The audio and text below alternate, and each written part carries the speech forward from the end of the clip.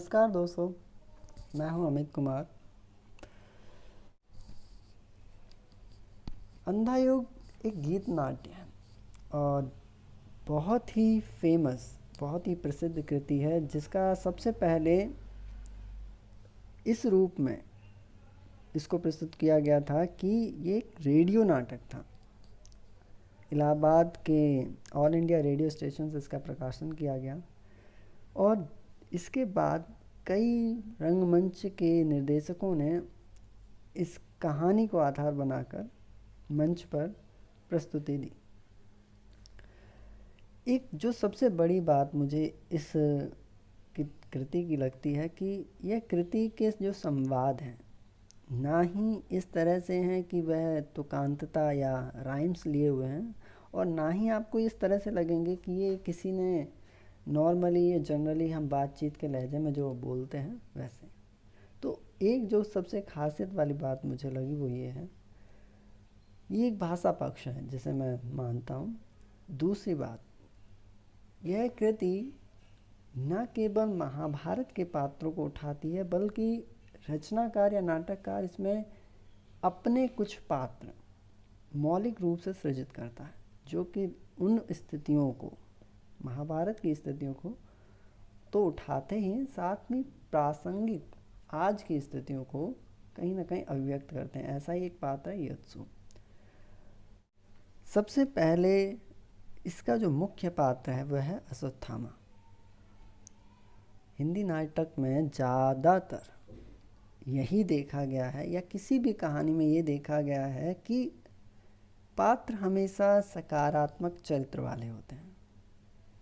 ये बहुत ही मानी हुई सी बात है कि अगर वो किसी नाटक का हीरो है या मुख्य पात्र है तो वो कहीं ना कहीं सकारात्मक होगा और समाज को एक दिशा निर्देश देने वाला होगा।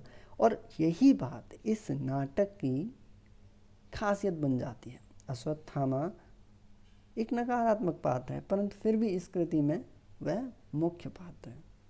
और कृष्ण जो कि भारतीय संस्कृति के एक प्रमुख देवता या कहें ऐसे व्यक्ति जो दूसरों को दिशा निर्देश देते हैं, दूसरों को जीवन जीने की एक आधारशिला देते हैं, वो इसमें द्वितीय दूसरे कहेंगे सहायक पात्र के रूप में उभर कर आए।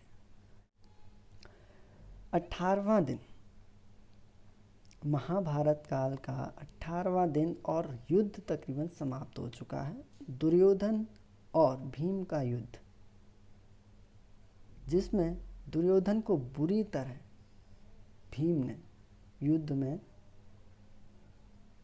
पराजित कर दिया। दुर्योधन की जंघा के नीचे प्रहार किया भीम ने। ऐसा इसलिए किया क्योंकि भीम ने यह शपथ ली थी द्रौपदी के अपमान के समय कि वह इसी जंघा को तोड़ेगा जिस जंघा पर उसने द्रौपदी को बैठाया था। देखिए, जब पूरी परिस्थितियां महाकाव्य की हैं, पूरा वातावरण महाकाव्य का है, तो हमें सोचने की जरूरत भी महाकाव्य के दृष्टिकोण से ही पड़ती है। 18वें दिन जब ये युद्ध हुआ तो तकरीबन पूरा युद्ध समाप्त हो चुका था क्योंकि दुर्योधन एक मुख्य कौरव पक्ष का मुख्य व्यक्ति था, वही राजा था। और अगर वह हार गया, वह मर गया, तो सीधी सी एक जाहिर सी एक अभिव्यक्त होने वाली पूरी घटना ये है कि कौरव जीत चुके हैं, पांडव जीत चुके हैं, माफ़ कीजिएगा, पांडव जीत चुके हैं। और उसके बाद की जो स्थितियां हैं किस तरह से, देखिए, युद्ध अपने आप में एक बहुत बड़ी त्रासदी है, ऐसी त्रासदी जिसकी भरपाई दोनों पक्षों को करनी पड़ती है। वह युद्ध चाहे हमारे आपस के हों, चाहे देश के स्तर पे हों, चाहे विश्व के स्तर पे हों, चाहे वह द्वितीय विश्व युद्ध हो, चाहे वह किसी और तरह की ऐसी घटना जिसमें कहीं ना कहीं दोनों तरफ से लोग मरते हैं। तो पांडवों ने जब कौरवों को हरा दिया, उसके बाद की जो स्थिति है वह सारी ऐसी स्थिति है जिसमें कोई पक्ष खुश नहीं है। युद्ध किस लिए हुआ था? हुआ इसलिए था कि राज्य कौरवों ने पांडवों का छीन लिया था। अब राज्य के अंदर की जो व्यवस्था है, जो प्रजा है, जिसके लिए राज्य में राजा शासन करता है, वो प्रजा ही नहीं रही। वह शासन की अवधारणा ही सिमट के खत्म हो गई कि हर तरफ के दोनों पक्षों की सेना में न जाने कितने नरसंहार हुए। आधी प्रजा तो नरसंहार में ही चली गई। तो ऐसे राज्य की व्यवस्था का अंत क्या है? पांडवों ने अपने भाइयों को मार दिया, कौरवों ने अपने भाइयों को मार दिया। राज्य के रूप में क्या मिला? सिर्फ संताप, सिर्फ और सिर्फ पश्चाताप, और ऐसी भावनाएं, ऐसे भाव मिले कि वो ग्लानि भाव ही कहे जा सकते हैं। हालांकि युद्ध में दोनों पक्षों ने मर्यादा को तोड़ा।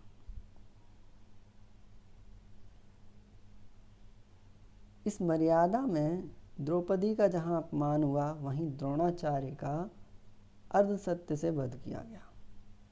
इसी प्रकार अश्वत्थामा ने शिखंडी और धृष्टद्युम्न को मारा, सोते हुए में मारा। क्या ये नैतिकता थी? ऐसी तो नैतिकता किसी भी युद्ध में नहीं होती। फिर अश्वत्थामा ने ब्रह्मास्त्र का प्रयोग उत्तरा के गर्भ पर कर दिया, जिसे कृष्ण ने रोका। कृष्ण की भी अंतिम में मृत्यु हुई। क्यों? गांधारी के श्राप से।